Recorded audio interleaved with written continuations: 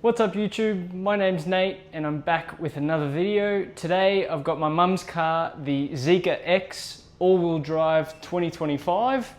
This is the all-wheel drive version in the grid grey with the black and charcoal interior. Let's take a closer look at it. The Zeekr X is available in two models, the rear-wheel drive and the all-wheel drive. It comes in 6 colours to choose from.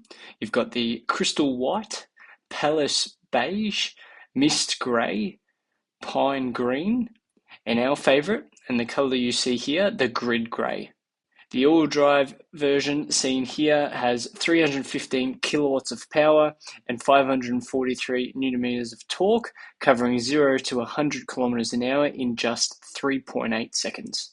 There's also 3 interior two-tone options, including the midnight blue with polar white, or the mulberry and rose, or the charcoal black and stone grey, which you can see in this X.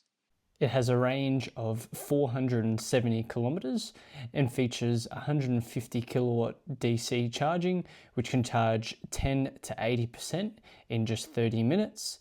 And has 11 kilowatt AC charging. Features in the X include its panoramic glass roof, power adjustable driver's seats, an 8.8-inch digital instrument cluster, 20-inch alloy wheels, 1 wireless smartphone charger with wireless CarPlay and Android Auto available. It also has heated and cooling front seats, heated steering wheel, 13-speaker Yamaha sound system, 14.6-inch central touchscreen, and a 24.3-inch augmented reality head-up display. It also comes with 5-year unlimited kilometer warranty for the car and an 8-year 160,000 kilometers battery warranty. Now let's talk about pricing. So for the rear-wheel drive, you're looking at $49,900 before on-roads. And then this spec, the all-wheel drive, comes in at $62,900 before on-roads, which is exactly 10 grand cheaper than the 7X all-wheel drive, which is the bigger sister car of the X. The X has a 362 litre cargo space with the rear seats up, and it also expands to 1182 litres when the seats are folded down. It also has a 21 litre front trunk or frunk. The boot is lined with carpet throughout on the rear seats, on the shoulders and on the floor. And if you use the latch, you'll find some additional storage where you can pack away your charging cables. Just unlock the car via the app, and then that latch just went down, so you just put your hand in there and it slides out. And then it's also got this assistant here, so if you actually put the car on charge, this will show the range of the car and how long it's got to go until it completes its charge. Interesting that the 7X didn't get it and the X got that. So, all right, let's get into it. So we'll get in the car here, and once I put my foot on the brake, I will go into position. So the memory settings are saved, and it will go, so this is my mum's car, so it will basically go to the settings that mum has set it at. The black and grey version. Feels nice, pretty luxe feeling. So what we have is the driver's screen in front, then we have a 14.6-inch touchscreen with a 24.3-inch heads-up display. Don't know if you can see that there, but you'll probably be able to see it better once we go for a drive. It's quite a nice feeling inside. Wherever you touch, it's just, it's quite soft and nice. It gives it a bit of that luxe premium feel. So this button here is just when I close that door and I want to open it, I'll just press that one and it opens up, and then I can move the door out. In the console, we've got 2 drink holders. Just with those drink holders, they're not that practical, I would say, if you've got 2 people in the car. For example, if we put the drink in the cup holder there, That's not bad. It's not a bad fit. Not all your bottles and your 600 mils actually fit in there, but try and take it out, Nathan, and see. Yeah, so that's not too bad. Now, if you do the second cup holder, also, that also happens at certain times as well. So it really just depends on how you take that out. If you've got a second cup holder there and utilise that, it's very loose. So, you know, you wouldn't want your bottle to be pretty full, I say. It also does that again in the second one. Yeah. It's not really as practical as what it's made out to be.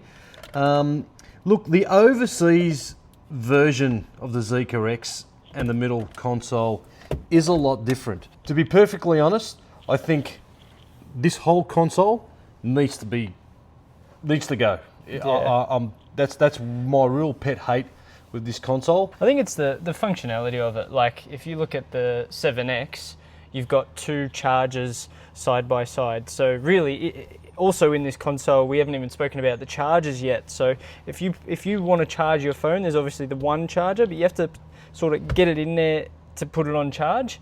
I like the 7X where you've just got two charging pads that are open, so you can just lay them on the charging pads, whereas this one you have to actually stick it in.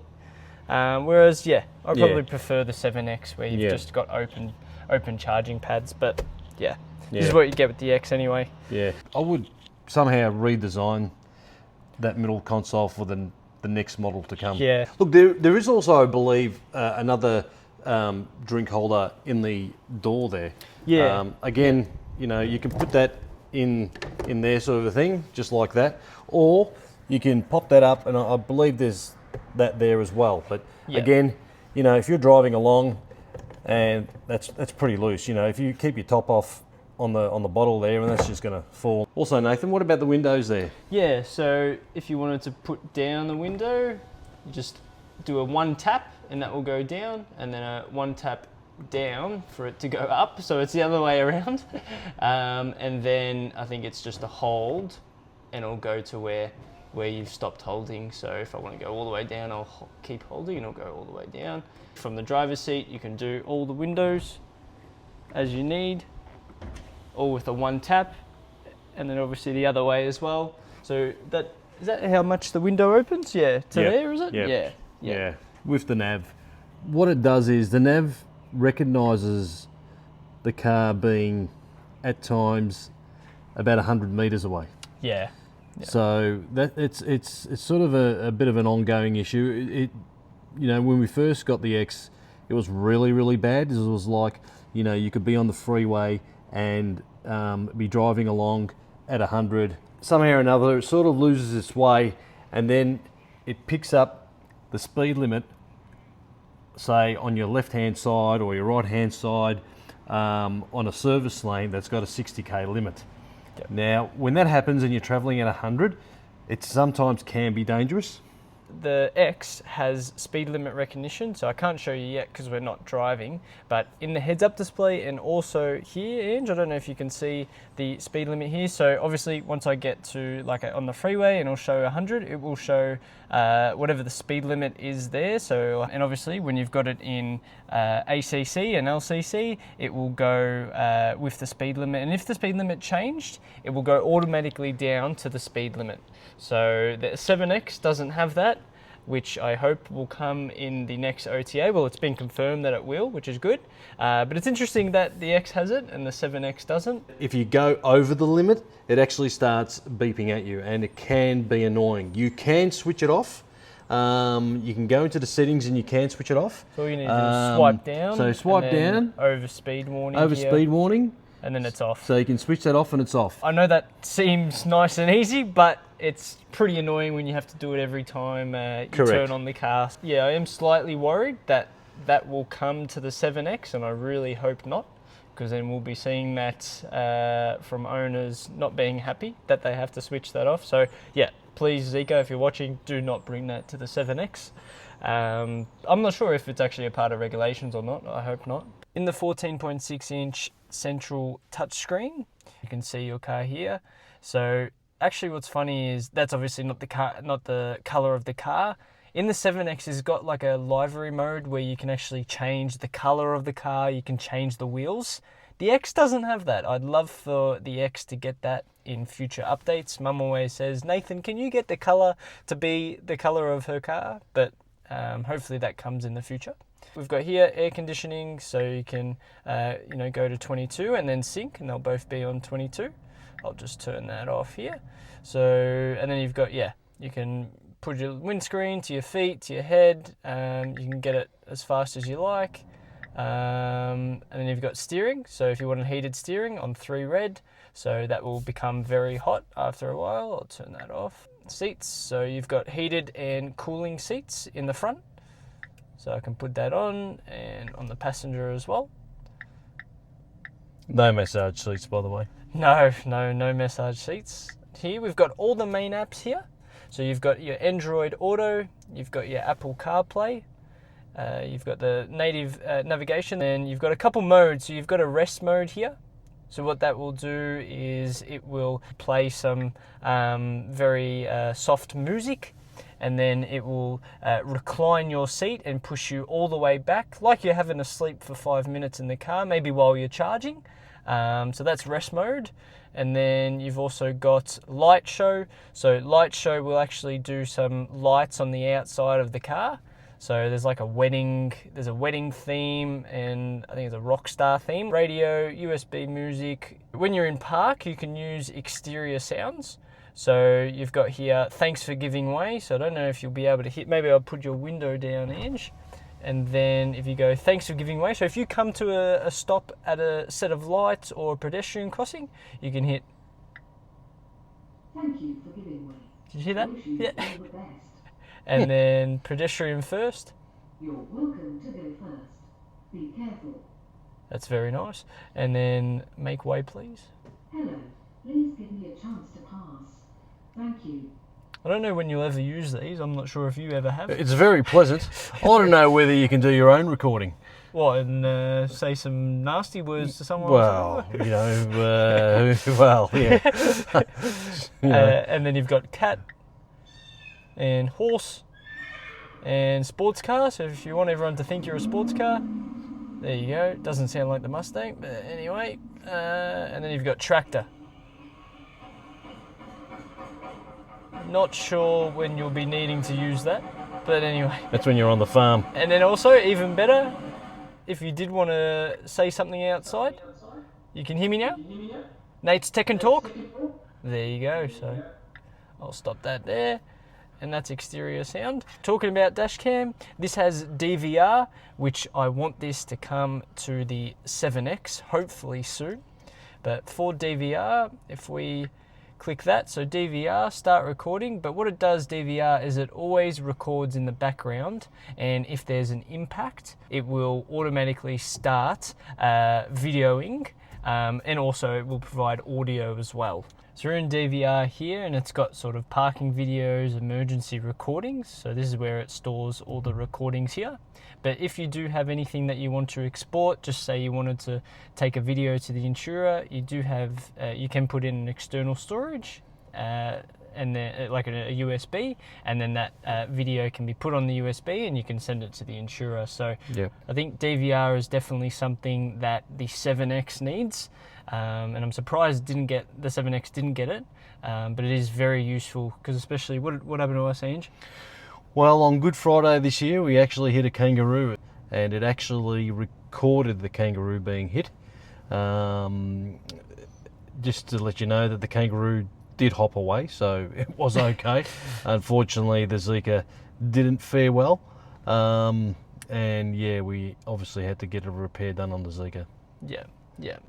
And if anyone's wondering, how long did it take us to repair the Zika? So what it was a full front bar that needed to be replaced, and the lights at the front, didn't it? Panel shop took about 5 weeks.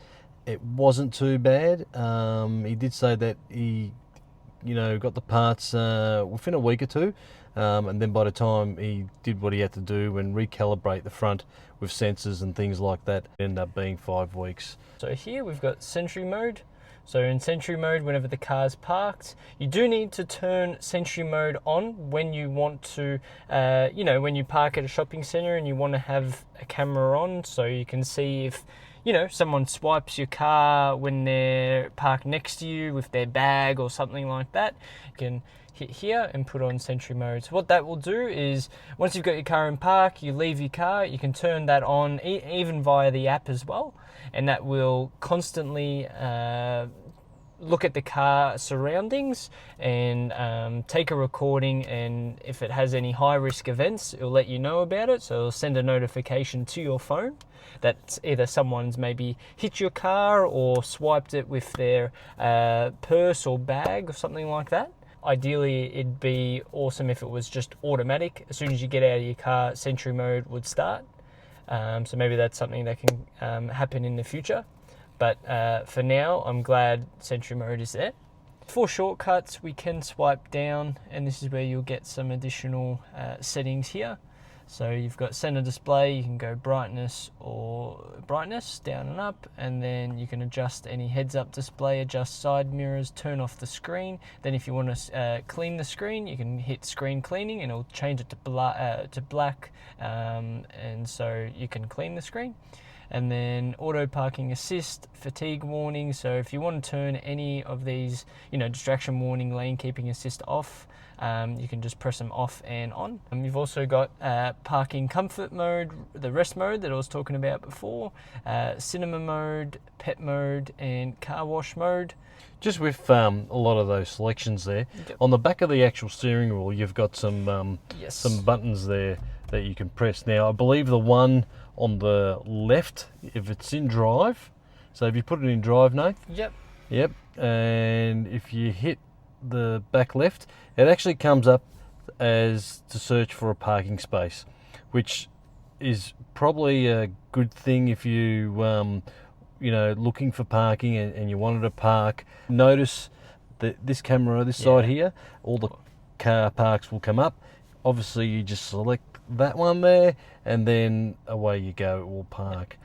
It's easy to have it on the wheel rather than actually going through the pad. Do you use the parking a lot, the auto parking, or not really? Look, I actually find the parking a little slow, the auto parking.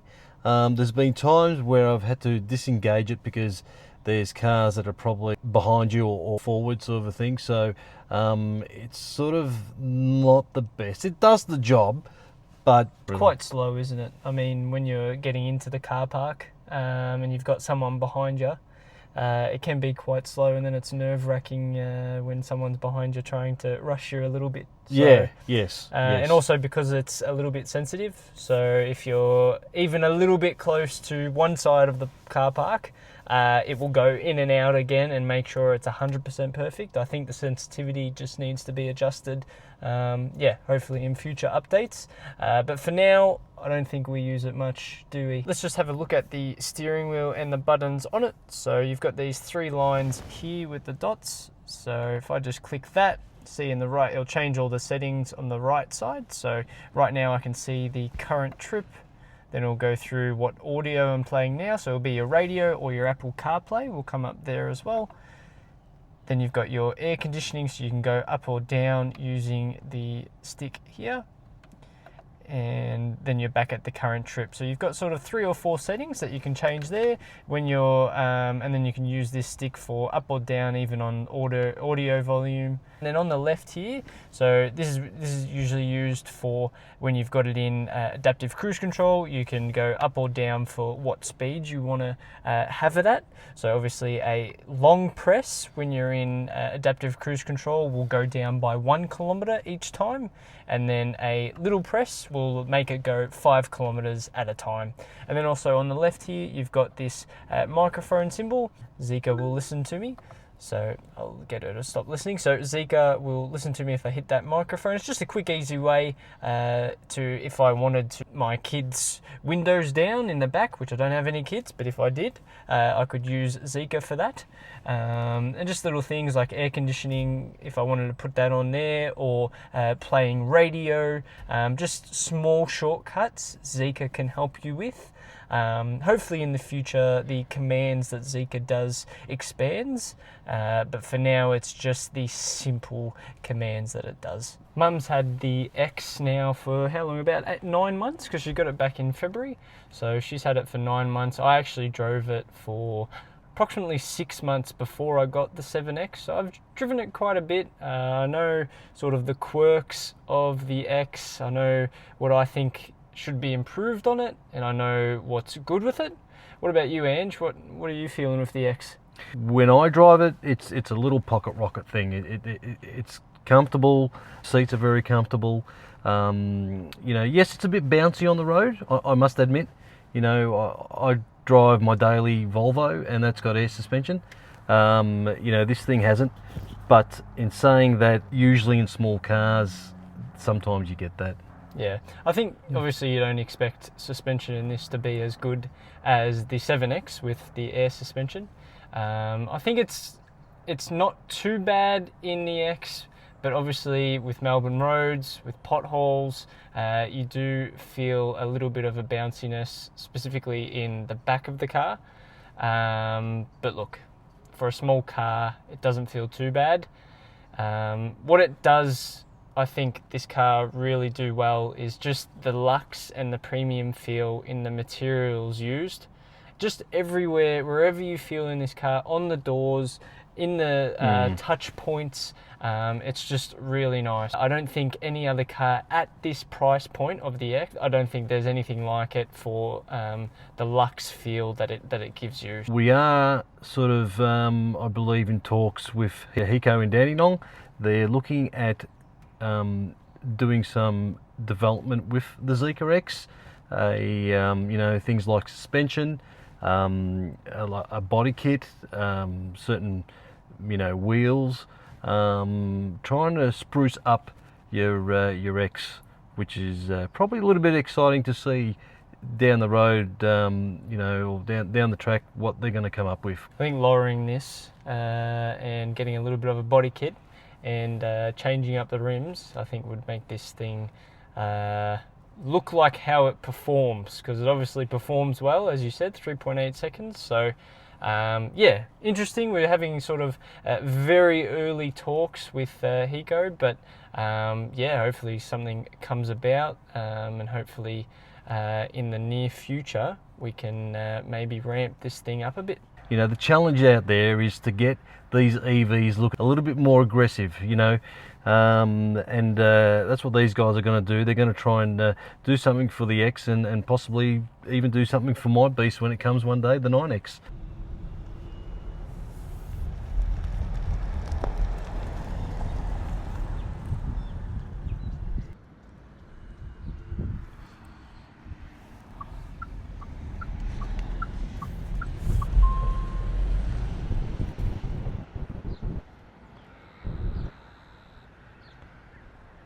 Let's chuck it in sport and see how we go. So, acceleration sport. Wait for these cars to go. Go, and then boom! Jesus Christ. Alright, so we're just getting onto the freeway now. So, in the heads-up display, hopefully you can see it. So I'm going 94 kilometers at the moment, and you can see in the red and white, so that's the speed limit there of 110. So let's just get to 110. We'll go in the right lane. And then as I'm in the right lane, I will go one down for adaptive cruise control, and that's holding it there, so I don't have anything on the pedals. And then I can go 2 down for lane centering control. So Ange, I think you can see it there in the heads-up display. So you've got the lane centering control, adaptive cruise control, the speed limit that I'm doing, and the speed limit that's on the road. And then you've also, I've got nav on, so you can see 2 kilometers I need to go straight. And then what you can also do when in lane centering control is it will switch lanes automatically for you. All you need to do is press which lane, so either left or right. So I'm going to hit the indicator to go to the left lane, and this is doing it automatically. I'll just have my hand on the wheel, and then that's stopped the brake, that's put me back into the middle of the lane, and it works pretty good. So if I wanted to go over to the right side again, I'll put the blinker on, and that will change automatically. We'll turn the blinker off, and it will send me in the lane again. So I'd say roughly a 60 to 70% success rate. It really is a little bit picky on finding both sides of the lane. Let's talk about the range in the X. So I think on the Zeekr website they state 470 kilometers of range. What do we get, Ange, for this one? Usually if I'm going for a long trip, I'll charge it to about 100%, which gives me about 428 k's. So what they say at 470 or whatever the range is probably incorrect. Yeah, and as you said, 100% for long drives. So usually when we're just doing our day-to-day driving, when mum's going to shops and whatnot, it'll just be to 90% that we charge, which is usually what, 360 that we get, 350? Yeah, usually at 90% we get 378 k's. Yeah. And this has got, the 66 kilowatt NMC battery. So if it was LFP, we could charge to 100%, but MMC we charge between 80 and 90, and we do the 90%, just so it gives us that little bit extra range that we need. So for consumption, we usually get, what do we get usually? On the weekend we done a bit of a cruise to Mornington Peninsula, and on the way there we got 16.1 kilowatts. Yeah. And then on the way back we got 15.9. Yeah, so it really does depend on if you're going uphill or downhill. It's actually funny, we live a little bit up regional way, and it sort of goes up as we go home, and then when we go into work we're going down, and so the consumption's obviously better when you're going down, when you're maybe in highly populated areas where you're using that regen. The consumption's obviously a lot better efficiency wise, but yeah, when you're just freeway driving, when you go on 110 and you're going uphill, maybe it's wet, maybe you've got the wipers on, the lights on, that's when your consumption is at its worst, and you're really consuming a lot of the range. So even though you say 360, 370, it could well be, when the conditions aren't in your favor, it could be 280 to 300. It just depends. If you're new to EVs, you got to be really careful. There was one time where we sort of was about 120 k's away from home, and we had 190 k's left on the battery. That night it was cold, it was raining, wipers are on, lights are on, and we barely just made it home. Probably a learning lesson, and if you got it on nav and nav is telling you to, pull in and find a charger, do it. Yeah. Because that's the last thing you want to do is be on the side of the road and got no K's left. What actually happened was that it was down to 5%, and once it went less than 5%, the actual dash and the lights all turned red. Jeez, that'd be scary. It was very scary. Yeah. And the thing is that it didn't really then tell us what percentage it had left. So it sort of all turned red. It went into sort of limp mode. Yeah. So we're probably doing about 40 to 60 Ks. So look, there was some kind of reserve, but really that reserve, I wasn't too sure, how far that was going to get you. It did get us home that night. Yeah, like I said, it sort of went to limp mode. We're back from our drive now of the Zeekr X. Ange, what do you reckon of this car? Would you buy it again 8 months later after ownership? Look, I'd say I would. I don't really drive it as much, but when I do, I do enjoy going in it, which is really great. There's still a few software issues that, still being looked at, but look, I'm sure that with the software issues and the OTA updates that will happen in the near future, it's only going to get better. The fob's an issue. We don't really use the fob on it.